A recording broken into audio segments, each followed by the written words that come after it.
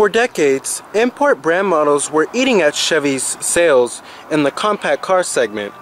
That changed 4 years ago when Chevrolet introduced the Cruze, a sharply styled sedan that finally matched up well with the all-stars like the Civic and the Corolla.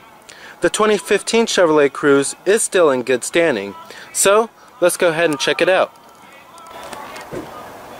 Now for 2015, the Cruze has been slightly refreshed, and it receives a new 4G cellular and in-car Wi-Fi hotspot connectivity through its OnStar system, the Siri Eyes-free smartphone feature which gives iPhone owners an expanded voice command functionality, and then also this year's Cruze also gets an updated front-end design as well as a minor shuffling of equipment. Now you could tell the difference from a 2015 to a 2014 by the LED daytime running lights as well as the grille. The LEDs are added for the 2015 model year. And then this one we have here, this Cruze, is an LT model, and it's pretty well equipped, I have to say. Now as far as styling goes of the vehicle, I think it's quite handsome looking, quite restrained. It's definitely not the most stylish car in the class. If you're looking for a more stylish compact car, you might be better off with a Mazda 3. However, it's still very handsome looking, and the LED daytime running lights do give it a much more premium presence. Now coming to your key fob design, I love how Chevrolet likes to put switchblade keys on everything that they have if it doesn't have a smart key. And then you do have your lock, unlock to release your trunk, and then remote engine start, and then your panic buttons right here too. Pretty nice. Now it is a tungsten metallic exterior color with a light gray cloth interior. You also do have your power driver seat and manual recline too. Now stepping on into the interior here, as you can see, it's very Cruze familiar. And that's not really a bad thing here. It's a very stylish design, pretty high quality looking design here.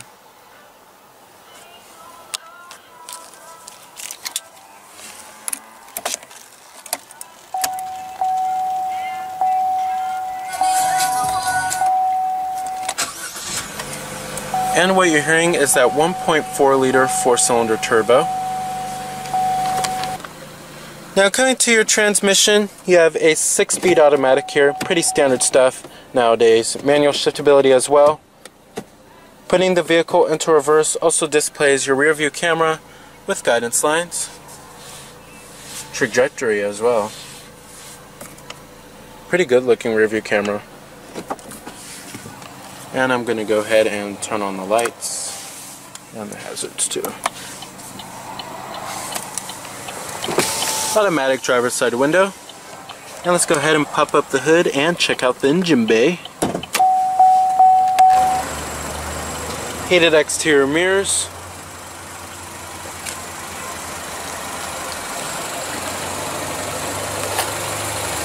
"16" alloy wheels. Your halogen headlights with your LED daytime running lights.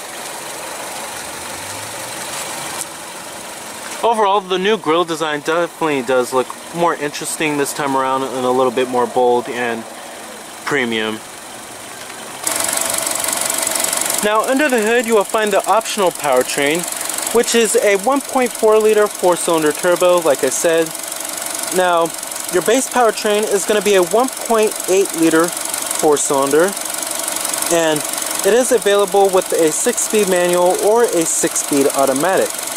Now the 1.4 liter we have here produces 138 horses at 4,900 RPM with 148 pound-feet of torque at 1850 RPM, with EPA estimates of a very fuel-efficient 26 in the city and 38 on the highway. It definitely provides more torque than the base powertrain. If you want better fuel efficiency and more power, definitely go with this powertrain here.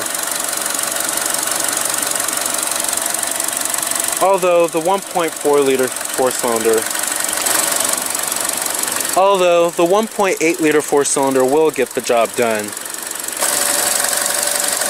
Now you also do have a 2 liter 4-cylinder turbo diesel engine if you're looking for even more fuel efficiency out of the Cruze. Now, pricing of the Cruze starts at the LS trim, which starts at $17,745. The 1LT starts at $19,065. And then you have the Eco, which starts at $20,095. The 2LT starts at $23,270. LTZ, $24,270. And then finally, the Diesel, which starts at $25,660. Now, competitors of the Cruze are the cars in the compact class. You have its American competitors, the Dodge Dart, as well as the Ford Focus. Its Japanese competitors, the Nissan Sentra, Toyota Corolla, and the ever-popular Honda Civic. And then you have its German competitor, the Volkswagen Jetta, and two more Japanese competitors, the Subaru Impreza, as well as the Mazda 3. Now, this class is very competitive. and the Cruze is certainly a solid pick in the compact class. Now, total vehicle price for this particular one is $22,290. Like I said, EPA estimates are a healthy 26 in the city and 38 on the highway. Now, you also do have its Korean competitors, the Hyundai Elantra, as well as the Kia Forte. Coming to the rear, I wish they did restyle the taillights a little bit for this refresh, but not a huge gripe there.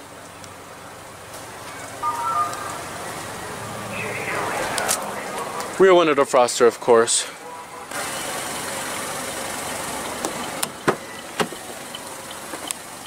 Power windows, power mirrors, power door locks. And I love how finally they located the power door lock switches up on the doors instead of the center console dash like how a BMW did. Nice soft touch armrest, nice and soft to the touch on the mid door panel. However, hard plastic on the upper door panel, but has a really nice graining to it. And let's go ahead and rev it up.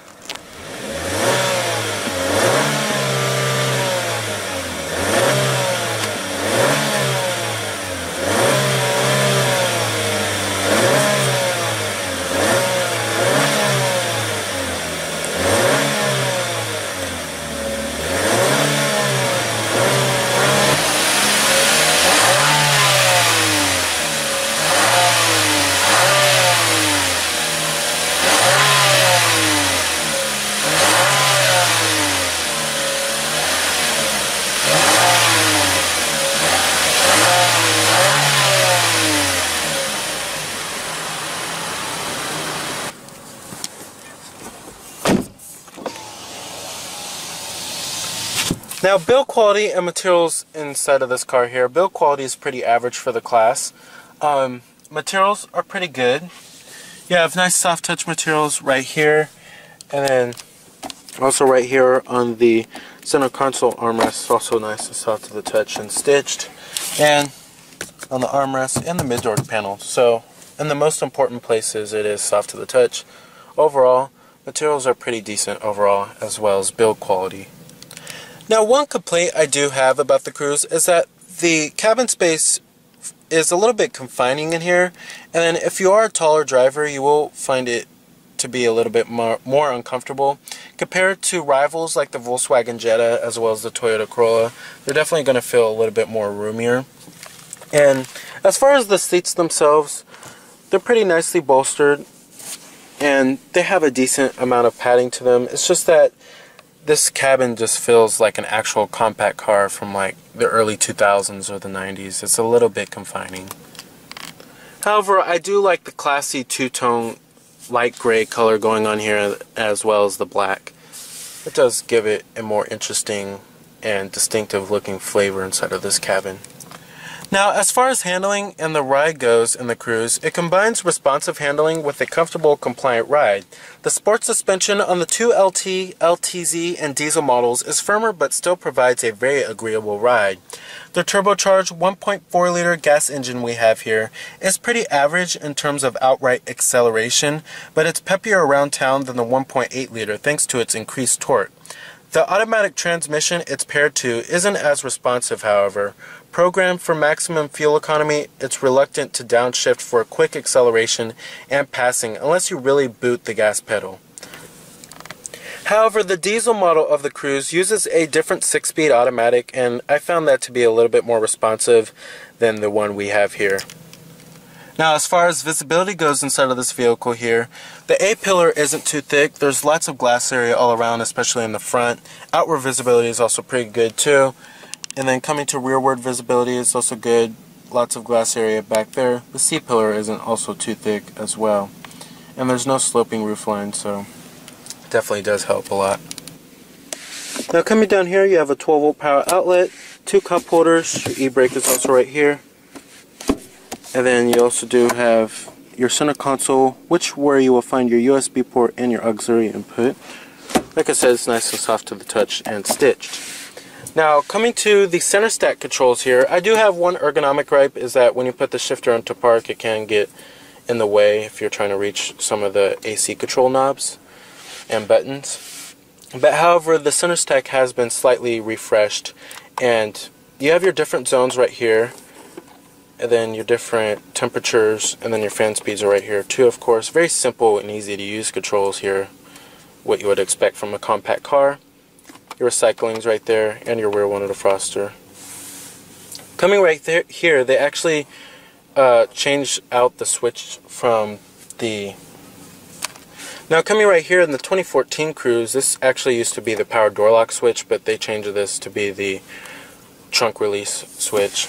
Coming up here, you also do have your OnStar with SOS Safety Connect, and then your interior illumination lighting, of course. Now coming to the steering wheel designs, since we have the LT trim here, it's a pretty basic looking design, and it's just a little dull. I think they could, sprucing up the steering wheel just a little bit. Maybe add a metallic trim that goes right here. I know on the higher end trims it's definitely a lot nicer. But they've basically been using the steering wheel since the early 2010s, earlier this decade. But you do have your voice recognition, your Bluetooth, steering wheel mounted audio controls, cruise control buttons right over here too. So it's a very functional steering wheel. Now coming to Chevrolet's MyLink system, I like it for the most part. I love the graphics of it. I think that's the best part of the system, as well as the responsiveness. However, the buttons are just a little tad small for my liking, especially when you're trying to go to this lower section right here. It is a little bit of a hassle sometimes, especially on a daily basis, but that's just one minor gripe I do have when it comes to the ergonomics. Now coming to your media sources, AM, FM, XM satellite radio, Pandora internet radio, Stitcher smart radio. You have to have your smartphone connected, of course. Coming to your phone, you have your hands-free calling, and then your optical disc drive, CD player, USB port, auxiliary input, Bluetooth streaming audio, as well as you can read messages right here too. Pretty interesting. But those all include your media sources except for your messages. And then right there you have your weather, but you have to have a subscription, movies. Pretty neat. But as you can see, I'm trying to reach into this lower section right here, and it can get a little bit, can be an annoyance sometimes, I have to say. Pictures right there, quick info, fuel prices. Let's go to quick info. Gives you your five-day forecast, nearby fuel stations, and then your movie show times. And then here's your tune knob right here, and then your seek track button, play button, and pause. Presets are right here too. And then your equalizer settings are right here if you just click on tone right here. Then you have your back button right here as well. And then you can change the time and date by clicking on clock. And then you have your quick info button right there. And then your favorites for your audio, your radio stations. Alright. Now coming to your gauges, the gauges do need a little bit of a refresh. They're pretty much carried over from the 2014 model year, but your speedometer's right there, and then your RPM gauge, fuel gauge, and then your oil temperature gauge. Now coming to the gauges, they're pretty much carried over for the 2014 model year, and they do definitely need a little bit of a refresh. I would love to see more advanced technology like a TFT display, but at least you do have a digital speedometer, and then you have your trip odometer too here, and then your compass. Pretty basic stuff right there. Now you also do have a manual tilting and telescoping steering wheel. Decent range of adjustment, I have to say. Alrighty. And then right here is where you will also find your traction control off button. And let's go ahead and shut it down. Let's go ahead and check out the rest of the vehicle.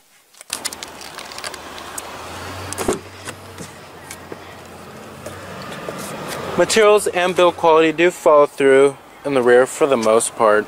Right here it is hard to the touch on the armrest, where in the front it was soft touch. Up here, hard to the touch, but at least on the mid door panel, soft touch.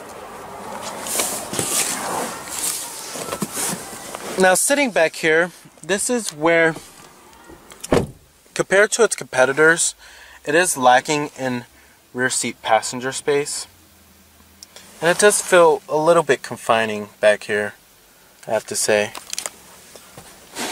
You do have a rear armrest with cup holders at least, and a single map pocket. But this seat is all the way back here, and I can basically do that in a Jetta or a Corolla and still have enough room to be comfortable. But in the Cruze, if the seat's all the way back, I would definitely have to squish in and cram in a little bit. Alright.